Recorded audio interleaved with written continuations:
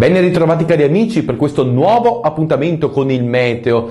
Vista l'attualità, si sente qualcuno parlare di neve in prossimità d'arrivo sul nostro territorio, per cui risulta interessante fare registrare questo appuntamento appunto per capire quella che potrebbe essere l'evoluzione. Diciamo che un nucleo di aria gelida si sposterà dal nord-est della Scandinavia, scenderà di latitudine e potrebbe raggiungere appunto l'Italia alla volta di giovedì. Unitamente dall'altra parte c'è un'altra bassa pressione proveniente dall'Atlantico, le due potrebbero unirsi e dare origine ad una fase di tempo brutto con l'ingresso contestuale di aria fredda di carattere continentale. Si tratta di aria fredda a tutte le quote, di conseguenza, che potrebbe portare del maltempo a partire da giovedì fino alla volta di domenica. Si tratta di un'evoluzione tutta da valutare, perché dipenderà molto da dove si formeranno i minimi di pressione. Sulla base delle ultime indicazioni a nostra disposizione, possiamo dire che giovedì potrebbe essere una giornata caratterizzata da neve.